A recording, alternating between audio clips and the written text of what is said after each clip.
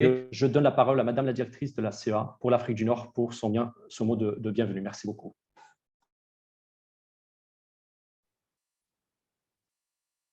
Thank you very much. Merci beaucoup, Aziz. Juste pour clarifier, donc c'est un honneur d'être parmi vous et je suis très contente parce que c'est un sujet qui m'est cher et qui a été bien sûr demandé par nos États membres, par le bureau au mois de juillet et par la Libye, que nous devons bien sûr voir ceci et nous devons bien sûr le souligner pour des raisons claires qui sont tout simplement l'accélération des prix des denrées et d'énergie qui ont malheureusement été exacerbés par la crise russo-ukrainienne.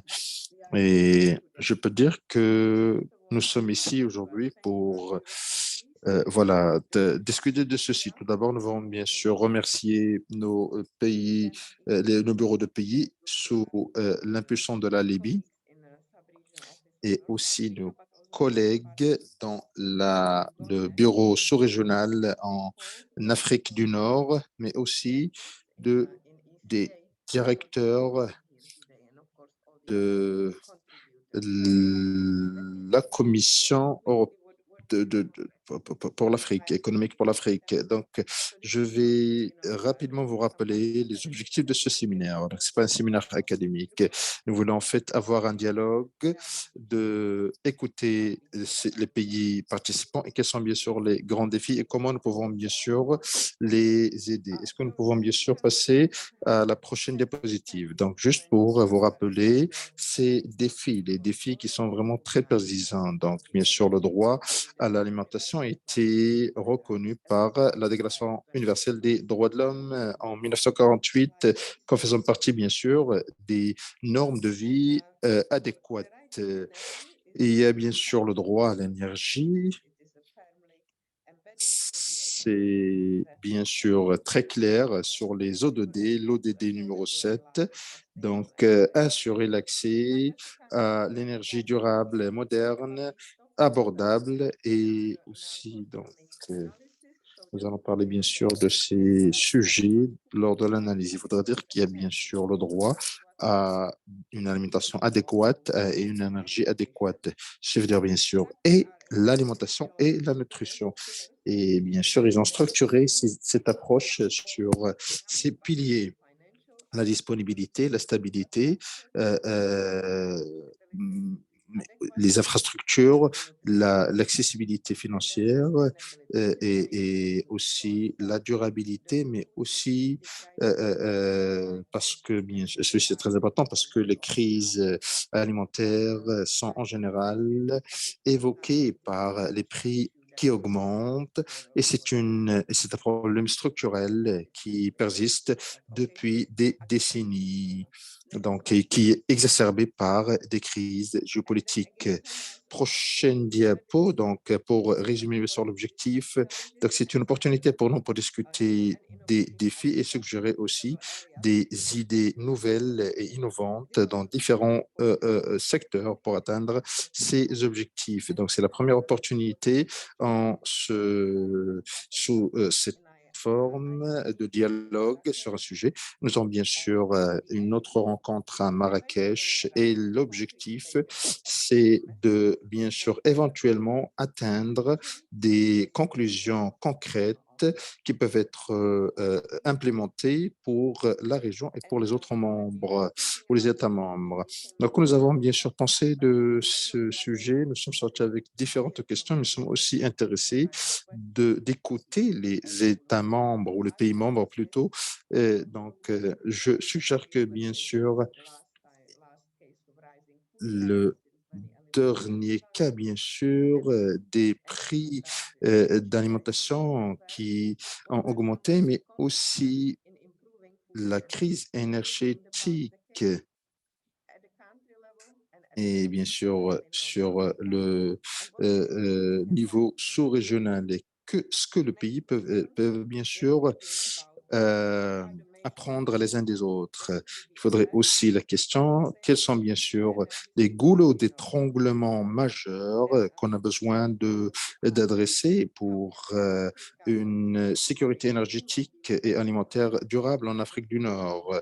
Ok, comment bien sûr l'AFTA peut aussi atteindre une sécurité alimentaire et énergétique en Afrique du Nord. Ceci vient dans le contexte de la normalisation, de multilatéralisme et aussi ces chaînes de valeur internationales qui sont dérangées. Donc, il y a un focus sur l'intégration. Il y a aussi, bien sûr, l'accent qui est mis sur la technologie, surtout la digitalisation. Et ceci, bien sûr, a été beaucoup utilisé lors du Covid. Donc, comment pouvons-nous utiliser la technologie et la digitalisation et la numérisation pour améliorer la performance autour des piliers qui sont la disponibilité, l'accès, l'utilisation et la durabilité, et bien sûr, comment, sur le plan de nos bureaux sous-régionaux, comment pouvons-nous soutenir les pays dans leurs efforts. Donc, comment pouvons-nous réunir les différentes parties prenantes et comment pouvons-nous aussi renforcer les capacités. Je pense que c'est tout ce que je voulais dire. Je vais encore une fois revenir et j'ai hâte d'entendre vos points de vue et aussi de voir les délibérations finales. Merci beaucoup. Madame la directrice, pour ce mot de bienvenue. Alors, je vais essayer, dans un souci de gestion de temps, de appeler, et on me dit que ce secrétaire du ministère de l'économie et du commerce de la Libye n'est peut-être pas encore avec nous. Donc, Monsieur Saad Lahniyash Mohamed Abdallah, si vous êtes avec nous, merci de faire signe pour qu'on puisse vous donner la parole si vous êtes avec nous. Peut-être juste une minute pour réagir. Il est connecté, Aziz, hein? Il est connecté. Très bien, je le vois et la caméra est bien mise. Merci beaucoup. Monsieur Saad Lahniyash Mohamed Abdallah, secrétaire du ministère de l'économie et du commerce de la Libye, la parole est à vous pour votre mot de bienvenue. Marhaba bik.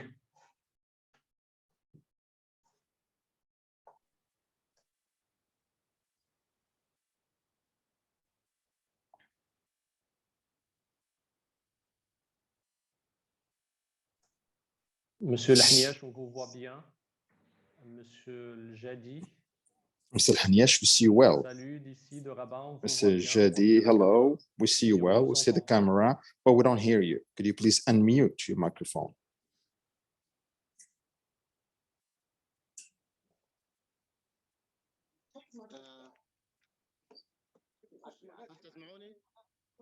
Vous m'entendez? Vous m'entendez? Oui, nous vous entendons. Allez-y, allez-y, monsieur. Vous pouvez commencer votre allocution.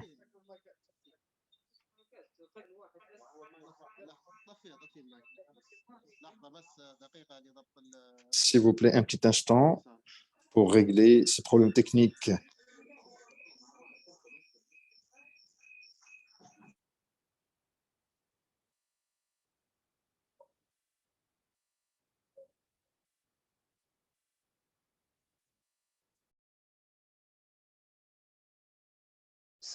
سيد الوكيل لا نسمعك الآن لا نسمعك.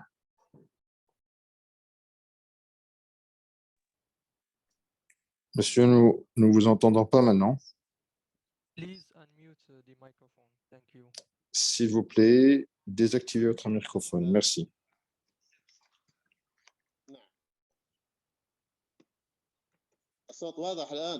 Non, est-ce que c'est bon? Est-ce que la voix est claire?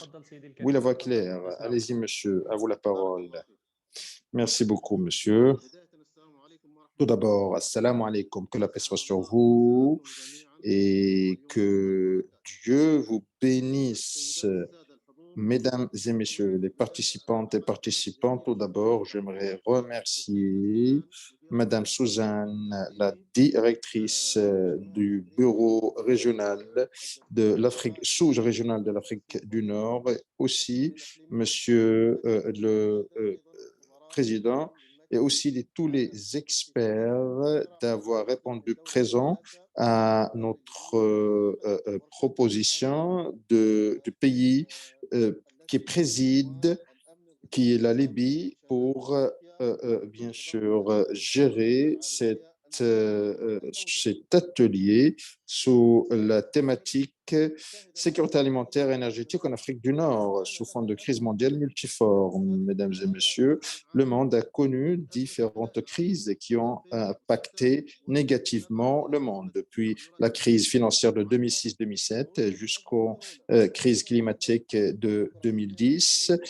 la pandémie coronavirus et la guerre russo-ukrainienne. Ces crises ont impacté les économies mondiales et plus spécifiquement les économies de l'Afrique du Nord, ce qui a mené à l'augmentation des prix des énergies et d'alimentation, et aussi ont impacté les chaînes de valeur, ceci qui a exacerbé les niveaux de famine et de pauvreté dans les pays. Mesdames et messieurs, discuter des problèmes de sécurité alimentaire et énergétique en Afrique du Nord peut bien sûr nous aider à ajouter ces ressources énergétiques et alimentaires et aussi trouver des solutions pour faire face à ces défis qui menacent la sécurité alimentaire et énergétique en Afrique du Nord. Ceci ne peut pas être possible qu'avec la coopération et la collaboration et l'échange des points de vue et des échanges des 7 pays et aussi avec le bureau sous-régional de l'Afrique du Nord. Mesdames et messieurs, pour finir mon allocution, j'aimerais vous remercier et je vous ai reconnaissant. J'espère que ce webinaire aura un bon impact sur la session conjointe des hauts responsables et experts des pays de l'Afrique de l'Ouest et du Nord, tout en vous Merci remerciant. beaucoup, Monsieur Saleh Nechi Mohamed Abdallah, sous-secrétaire du ministère de l'Économie et du Commerce de la Libye. Merci à vous. Il est bien évidemment important, comme Madame la directrice de la CEA pour l'Afrique du Nord l'a signalé, il s'agit d'une initiative initiée par le président du bureau du comité d'experts d'Afrique du Nord, présidé donc par la Libye. Et c'est en réponse à cette requête du bureau que la CEA a mis en place et organise ce webinaire. Merci beaucoup, Monsieur Lehniach. Je fais appel à Madame Wissal Husseini Abdallah, secrétaire générale du Conseil national de la population du Soudan. Madame Hussein Abdallah, la parole est à vous. Merci beaucoup.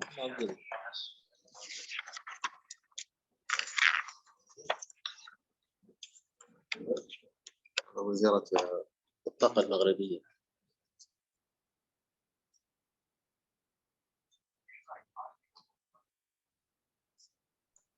Alors, on me fait signe que peut-être Madame Hussein Abdallah a des soucis de connexion. Donc, j'appelle dans l'ordre Monsieur Abdelhalim Ghesmi, directeur général de la Direction générale des études et du développement agricole de la Tunisie. Monsieur Ghesmi, la parole est à vous. Merci beaucoup.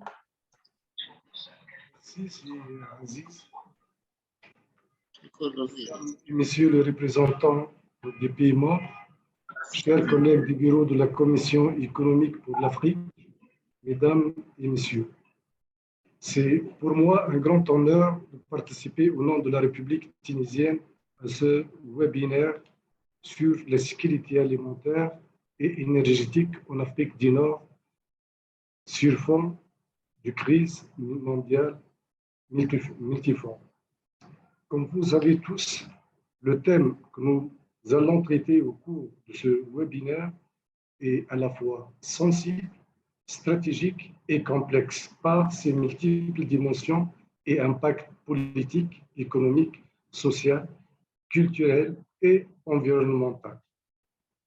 En effet, après plusieurs décennies marquées par le développement de l'agriculture intensive et l'évolution quantitative de la production et de la productivité, la question de la sécurité alimentaire gagne aujourd'hui en Aquitaine dans un contexte marqué par la hausse et la volatilité des prix, des denrées alimentaires, l'augmentation des prix de l'énergie et des engrais, le développement des cultures énergétiques, la pression sur les facteurs de production.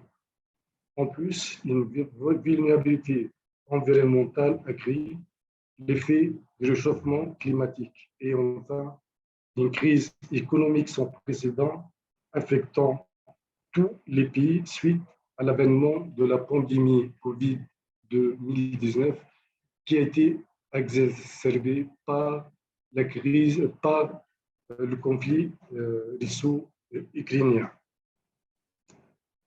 En parcourant les derniers indicateurs relatifs à la sécurité alimentaire en 2022, il paraît que les pays de l'Afrique du Nord comptent parmi les pays à faible niveau de faim selon l'indice mondial de la faim, avec des scores compris entre 6,1 et 9,6 pour les pays maghrébins. En plus, les pays maghrébins ont occupé les premières places en Afrique quant à l'environnement de la sécurité alimentaire, avec des scores compris entre 59 et 63 selon l'indice de la sécurité alimentaire mondiale. Si d'importants succès ont été réalisés par les pays de l'Afrique du Nord, notamment en matière de disponibilité et de la qualité des produits alimentaires, de nouveaux défis restent à relever. En particulier, les pays de l'Afrique du Nord sont toujours dépendants des importations de céréales et de la fluctuation des marchés mondiaux. Une forte dépendance de la production pluviale au changement climatique. Selon les estimations de la Banque mondiale, à l'horizon 2050, les précipitations pourraient diminuer de 20 à 40% dans les pays de l'Afrique du Nord, avec une augmentation de température pouvant atteindre 4 degrés et avec une diminution de la production à hauteur de 30%. Ce sont des chiffres vraiment alarmants. À ces défis s'ajoute la surexploitation des ressources hydriques dont les conséquences peuvent être catastrophiques dans une région aride ou semi-aride, en particulier dans les zones rurales où les moyens de subsistance de la population dépendent étroitement d'une agriculture à petite échelle. Afin de relever ces défis, les pays de l'Afrique du Nord sont appelés à repenser leur politique agroalimentaire, et ce, à court terme, mais aussi à moyen terme. À court terme, toutes les solutions disponibles et réalisables doivent être mises en œuvre pour faire face aux crises alimentaires et au stress hydrique. Des filets de sécurité durable doivent en particulier être mis en place pour les populations les plus vulnérables. À long terme, et selon les dires des experts, le développement structurel est le principal effort qui doit être fourni par les pays de l'Afrique du Nord. À ce titre, et sans prétendre vraiment à l'exhaustivité, nos pays sont appelés à miser sur le développement du secteur de l'agriculture, qui reste l'un des leviers les plus importants pour améliorer la sécurité alimentaire, réduire l'extrême pauvreté et renforcer l'équité. Pour ce faire, il faut investir dans la modernisation de l'agriculture.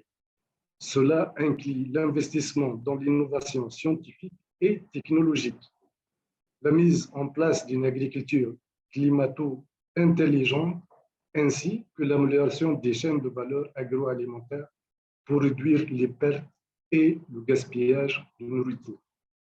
Mettre en place un système régional intégré économique en mettant en œuvre les différents engagements des pays de l'Afrique du Nord dans le cadre des accords, je cite quelques accords, les accords d'Agadir, les accords de Lima, de la zone de libre-échange arabe et récemment l'ASLECAF. Et comme dernière idée, c'est de concevoir des politiques nationales d'atténuation du changement climatique pour régler l'insécurité hydrique et alimentaire à long terme. Monsieur, dames, la question de la sécurité alimentaire et de l'intuition en cette période difficile nous interpelle tous pour trouver les voies et moyens dans la recherche de solutions permettant de prévenir les futures crises et d'atténuer et de s'adapter au changement climatique. À cet égard, je demeure convaincu que sans une vision partagée des défis majeurs que je viens de citer tout à l'heure, le développement agricole et de sécurité alimentaire durable, sans une solidarité et une coopération renforcée entre nos pays, les nobles objectifs que nous poursuivrons ne seront à point à la hauteur des attentes légitimes de nos citoyens. Il me reste, pour terminer, à remercier vivement le bureau de la Commission économique pour l'Afrique en souhaitant que les travaux de notre webinaire déboucheront sur des résultats tangibles. Merci pour votre attention. Merci beaucoup, Monsieur Ghasmi, pour votre mot de bienvenue. Nous avons bien noté la nécessité de renforcer une coopération entre les États d'Afrique du Nord dans la mise en place d'un ensemble de stratégies cohérentes à court et moyen terme, intégrant un secteur agricole climato-intelligent, des accords commerciaux qui existent déjà et qui ont peut-être besoin d'un accompagnement vers une réelle intégration régionale, et aussi le besoin de mettre en place des politiques nationales d'atténuation des effets du changement climatique, notamment dans une région qui est très sensible à cette question. Je regarde dans le programme, je ne vois toujours pas Madame Wissal Husseini Abdallah parmi nos participants, donc je propose de donner la parole à Monsieur Youssef Adil, directeur des industries agroalimentaires au sein du ministère du Commerce et de l'Industrie au Maroc. C'est Fadil, marhaba bik. Merci beaucoup, c'est Aziz. بسم الله الرحمن الرحيم. السيدة المديرة، السيدات والسادة، أود في البداية أن أتقدم بالشكر الجزيل إلى المكتب الإقليمي الفرعي لشمال إفريقيا التابع للجنة الأمم المتحدة الاقتصادية لإفريقيا على دعوة وزارة الصناعة والتجارة المغربية للمشاركة في هذه الندوة الهامة حول الأمن الغذائي والطاقي في شمال إفريقيا في ظل التحديات الظرفية العالمية. لقد شكل موضوع الأمن الغذائي ولا يزال أولوية وطنية في السياسات العمومية المتبعة في العديد من القطاعات الهيكلية ببلادنا، وقد تقاطعت البرامج المنجزة في مرتكزاتها الأساسية في تفعيل الدعائم الاستراتيجية للمنظومة الغذائية على مستوى قطاعات الصناعة والفلاحة والصيد البحري من خلال العديد من المخططات والاستراتيجيات والتي أذكر منها ما يلي.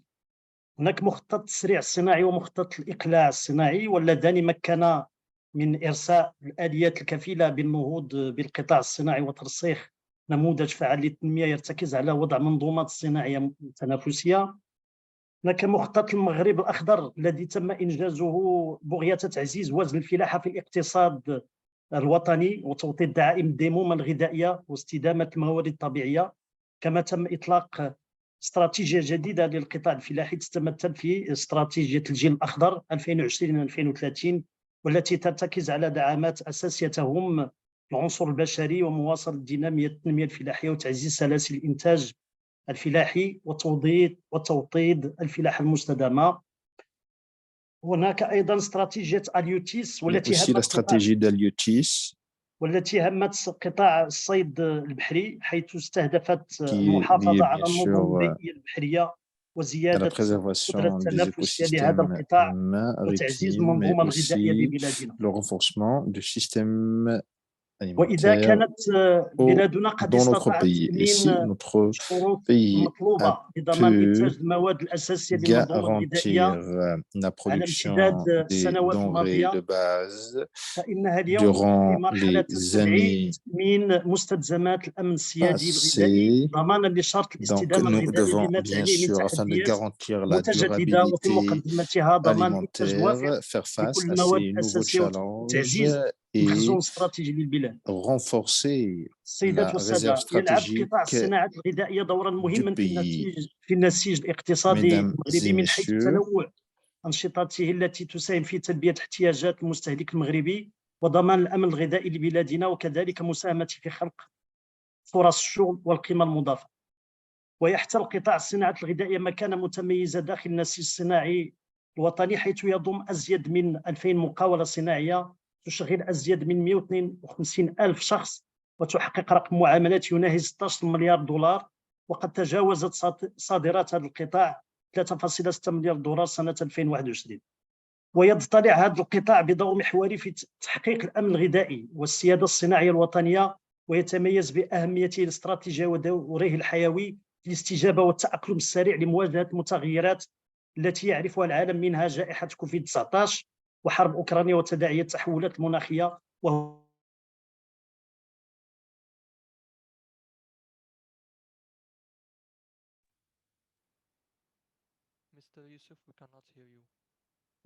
Monsieur Youssef, nous ne pouvons pas vous entendre.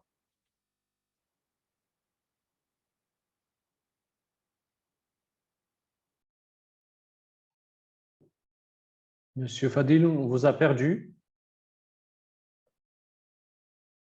Donnons à Monsieur Fadil quelques secondes pour essayer de voir s'il peut se reconnecter. C'est un problème passager.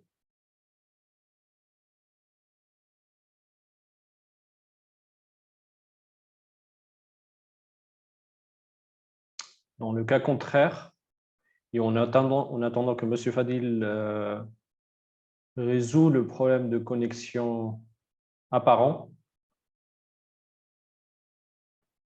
je vous propose de donner la parole à l'intervenant suivant, Monsieur Amin Saleh Yassine. Je dis ça et je regarde en même temps vers la liste des participants pour voir si Monsieur Fadil a essayé de se joindre. Donc voilà, je donne la parole à Monsieur, en attendant le retour de Monsieur Fadil parmi nous, Monsieur Amin Saleh Yassine, point focal national des objectifs du développement durable au Soudan. Monsieur Amin Saleh Yassine, la parole est à vous.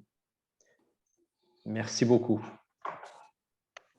Merci beaucoup, Aziz.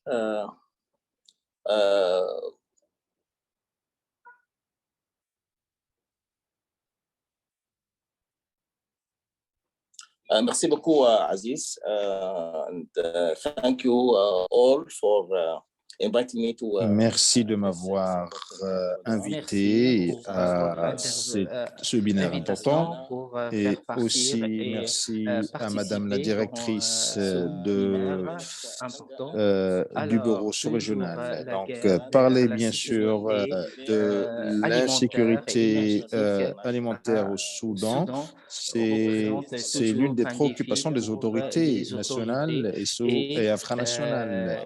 Donc, nous avons des stratégies qui veulent créer un environnement qui améliore la chaîne d'approvisionnement. Donc, nous savons bien sûr que les prix d'aliments augmentent, ce qui exacerbe la alimentaire. C'est crise. pour cela le gouvernement au Soudan Donc, surtout la neutralisation, surtout les processus d'énergie solaire et d'irrigation pour améliorer notre réserve. La production. Donc, ceci n'a pas été bien utilisé au Soudan. Le Soudan, bien sûr, a beaucoup de ressources naturelles en termes de, bien sûr, plus de 1,62 million de terres à cultiver et aussi 170 millions de terres aussi. Où il y avait des millions de terres qui peuvent être béni par ces ressources diversifiées avec une agriculture diversifiée, et ce potentiel au Soudan n'arrive pas à produire ou plutôt à répondre aux besoins alimentaires et énergétiques. Alors, et si nous comparons ceci au Canada et à l'Australie, donc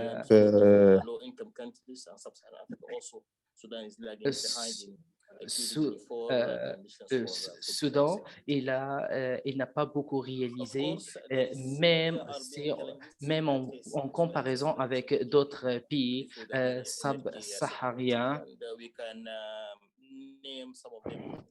Et il y avait des plans pour, il y avait des défis, surtout l'instabilité politique.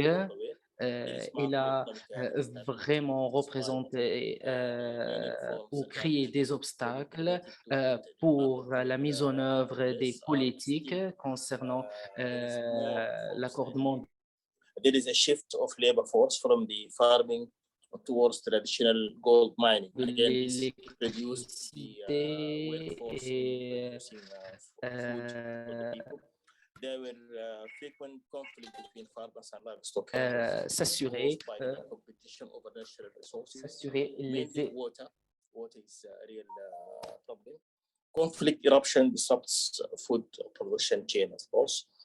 Also, there is intertribal conflicts for political reasons. This also drive the. Donc, il y a bien sûr l'éruption de ce type de conflit.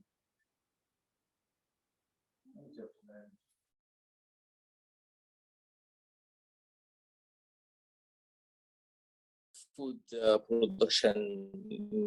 La production alimentaire et donc ceci bien sûr va détruire l'infrastructure nécessaire dans ces différents secteurs. Il y a aussi un problème d'entrepôt et aussi le marketing qui va bien sûr, il y a aussi l'impact du changement climatique qui a un effet négatif sur la sécurité alimentaire au Soudan.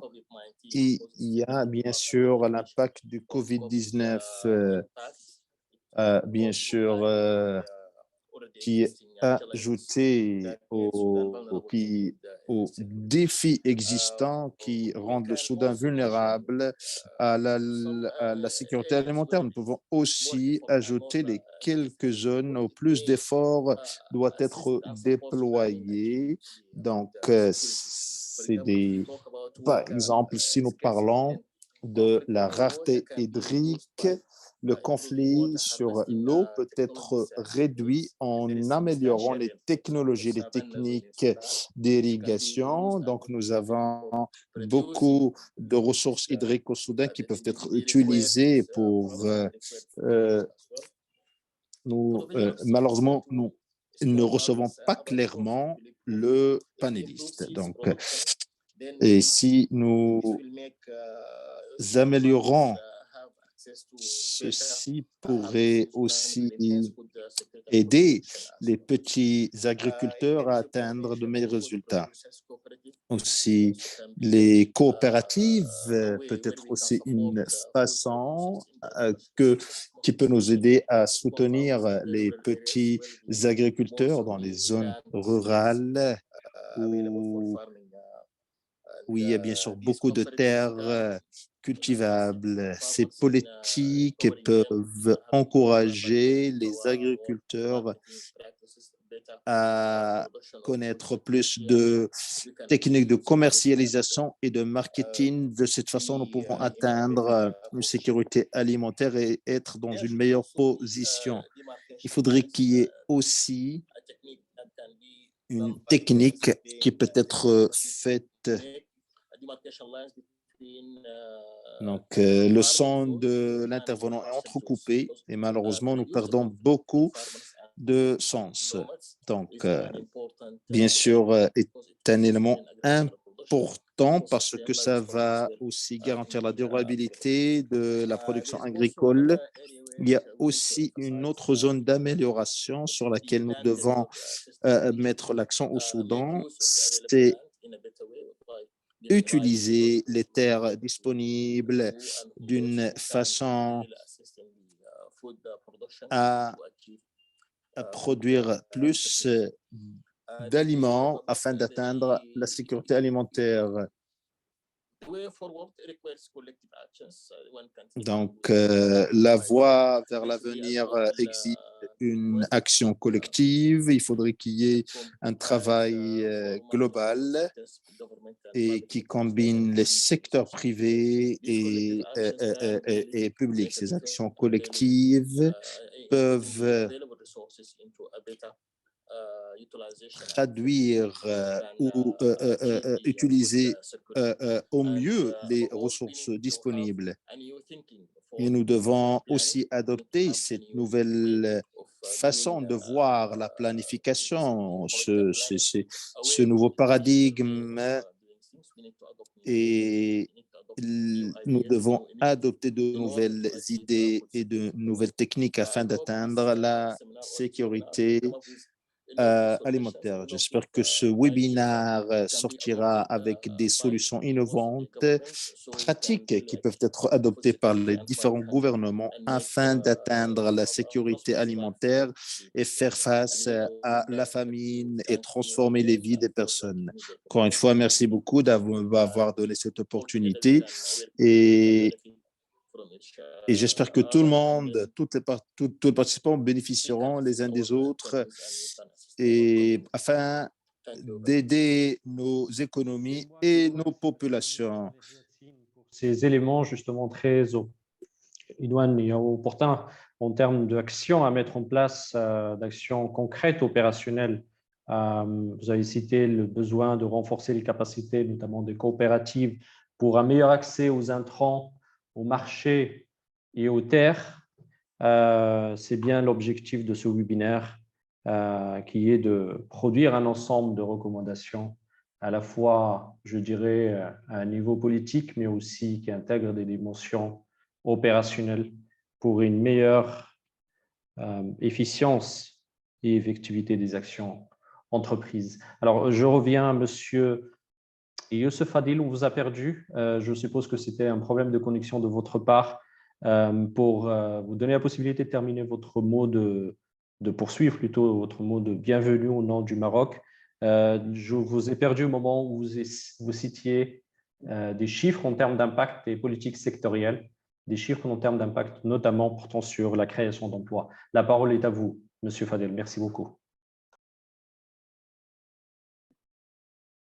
Thank you. Merci, Saadis.